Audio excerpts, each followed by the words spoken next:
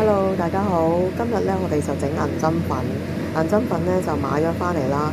咁我而家咧過一個熱水去咧，因為好多油㗎銀針粉都。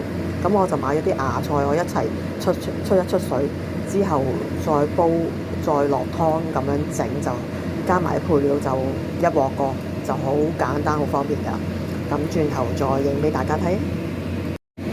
好啦，嗰邊就出咗水啦。咁我哋呢度咧就先做咗個湯底先啦。咁湯底就落少少水落去啦，跟住加2斤雞粉啦，跟住就烚咗啲小棠菜先嘅，因為小棠菜想整腍啲，容易食啲。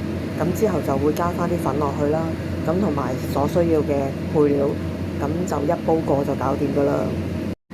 咁而家我落晒啲料落去㗎啦，因為琴日食剩嗰啲排骨啊，同埋淮山咧，咁我就擺落去啦。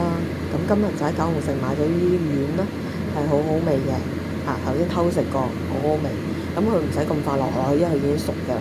咁而家就係滾咗個麵嗰個湯咧，咁就搞掂㗎啦。而家煲翻滾再多啲，咁啲料齊晒，嗰啲菜淋晒就食得㗎啦。